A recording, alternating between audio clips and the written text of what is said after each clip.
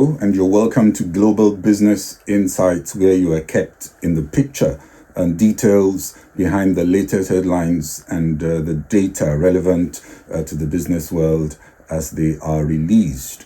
In the US, all the three major indexes finished the previous week lower, with the broader S&P 500 down by 0.26%, the blue chip Dow 30 down 0.93%, and tech-heavy Nasdaq also down 1.17% respectively. It's still early, but futures already are still down.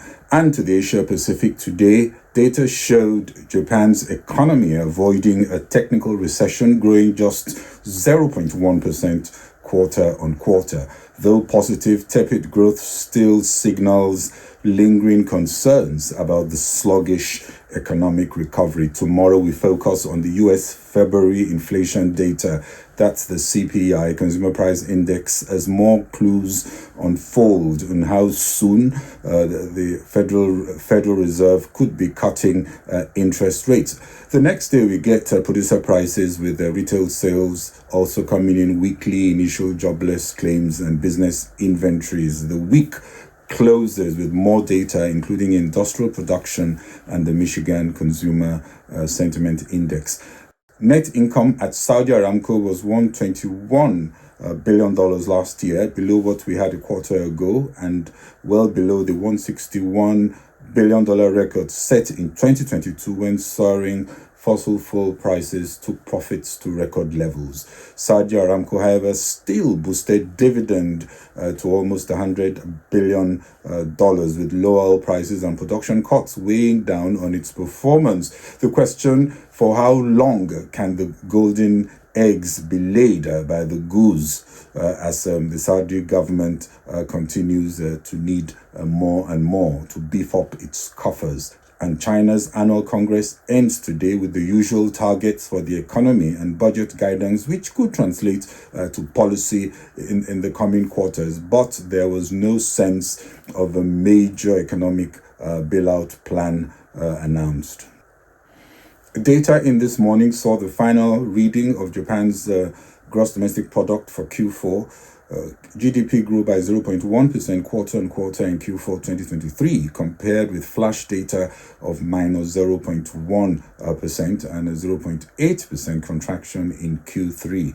On an annualized basis, GDP expanded by 0.4% compared to the 1.1% expansion expected and the 0.4% contraction year on year in the prior reading. The implication is that Japan, which is now the world's fourth largest economy behind Germany, has avoided a technical recession. The uptick in the revised GDP was helped by a strong upward revision of capital expenditure, coming in at 2% compared to the preliminary print and Q3 figure of a 0.1% fall, but still less than a market consensus of a 2.5% rise.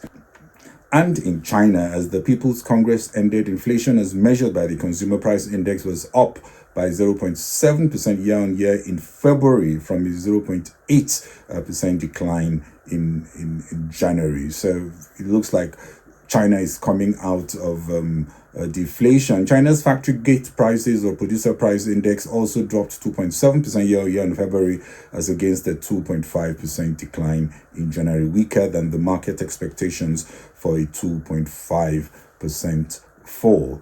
But perhaps the main data signal that all will be watching is the US CPI print coming out tomorrow. Analysts expect headline and core inflation to come in at 3.1% and 3.7% year on year, while on a monthly basis, we hope to see the February CPI inflation rise to 0.4%, up from the 0.3% gain in January. Core inflation month on month is also expected to slow from 0.4% to 0.3% in February. A downside surprise may not have as much impact as a firm upside, which would cement deferring rate cuts until data provides a more compelling reason for the Federal Reserve to do so. Amin H. Nasser, Aramco's president and CEO, said in a press release that they delivered total dividends of $97.8 billion in 2023, up 30% from 2022. Net income was $121.3 billion in 2023 compared to $161.1 billion in 2022 due to lower crude oil prices and volume sold, as well as reduced refining and chemicals margins, partially offset by a decrease in what was spent on production royalties and taxes. In August 2023, Aramco also announced its intention to calculate the first performance-linked dividends. That's a kind of windfall tax based on the combined full-year results of 2022 and 2023 to be distributed over 6 quarters starting from the third quarter of 2023. The full-year performance-linked dividend windfall to be paid in 2024 is expected to be $43.1 billion, which includes the $10.8 billion in Q1 based on the previously announced mechanism and, of course, subject to their board's approval. Aramco also said it was halting plans to raise its oil production capacity from 12 million barrels per day to 13 million barrels per day, which would reduce capital investment by about $40 billion between 2024 and 2028.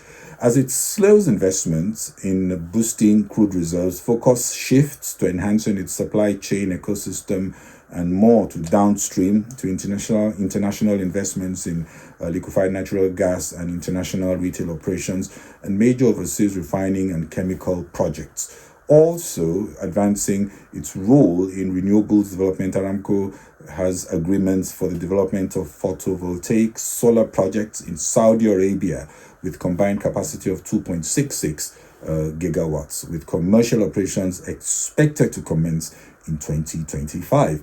Aramco has signed an agreement with Bua Steel to establish a world-class steel plate manufacturing complex in Saudi Arabia and another agreement with DHL for a new procurement and logistics hub. As it holds an investor call later today, it's worth noting that the additional payout for investors, which is called the performance-linked dividend, on top of the base dividend paid, will further hit annual free cash flow, which we can see is already under pressure, while it helps Saudi Arabia's treasury, of course. This comes as free cash flow, like I said, is dropping significantly. Free cash flow in 2023 was $101 billion compared to $148 billion in 2022. That's a 31.9% decrease, mainly due to the lower earnings, high upstream capital expenditures, again, partially offset by favorable movements in working capital, less taxes, and so on. The 2023 results also show an increase in gearing, reflecting the impact of lower net cash position and the higher total equity. The dominant shareholder of Saudi Aramco is the Saudi government, Saudi Arabia government. They own 94.2% of the company, giving significant control in a less predictable Islamic monarchy. The Saudi Arabia Sovereign Wealth Fund, known as PIF, also holds an additional 4% of Saudi Aramco's shares. Again, another piece in the hands of the government. The remaining 1.8% are held by various other private investors. The pressure is there from government to raise funds for its diversification and many ambitious projects, and we could see a faster move to sell more shares. Plans, of course, that will have to be balanced by the fears of listing on, say, Wall Street and the London Stock Exchange, as litigation associated with 911 attacks and a potentially hostile Congress towards Saudi Arabia makes Saudi Arabia perhaps look more to Asian hubs for a listing. The big question, can the golden goose keep feeding government coffers as they transition to cleaner fuels, electrification of vehicles, a more resource-efficient environment, and other headwinds bleed cash? The first action to watch will be increasingly tapping on debt markets, but so far the balance sheet seems well fortified from shocks and looks fit to keep laying the golden eggs. That is, however, not a scenario that can last forever. And in China, leaders are wrapping up a week-long key conclave at which they admitted more was needed to revive a sluggish economy battered by an ailing housing market, poor domestic demand, and record high youth unemployment. Looking at the key takeaways, the government work report explicitly pledged to lower energy consumption per unit of GDP by around minus 2.5% in 2024. China also set a 2024 growth target of around 5%, which it admits is going to be tough to achieve, even as industrial support is clearly ranked on top on Beijing's priority list for the year ahead. The government, that's the Chinese Communist Party, has increased also its oversight of the government under Xi Jinping. No press conference in what many say was a gathering that was more ceremonial in its significance. There was also no major bailout announcements for the economy, but we have had pledges from key ministry officials to do more to boost employment and stabilize the country's troubled property market. My sense is that focus remains on strengthening the political grip and influence on both domestic and international fronts, and of course advancing a longer-term vision of technology-driven economic leadership currently hobbled by increasingly aggressive anti-China US action. China has enough fiscal buffers which it will use to push the economy if it sees the need. For now, it wants to see more consumption-led growth instead of public sector debt-fueled expansion, accepting that the external front will be tougher in the tepid global economy. And in closing on markets, Japan stocks led losses in the Asia-Pacific region, also as investors assessed China's inflation numbers.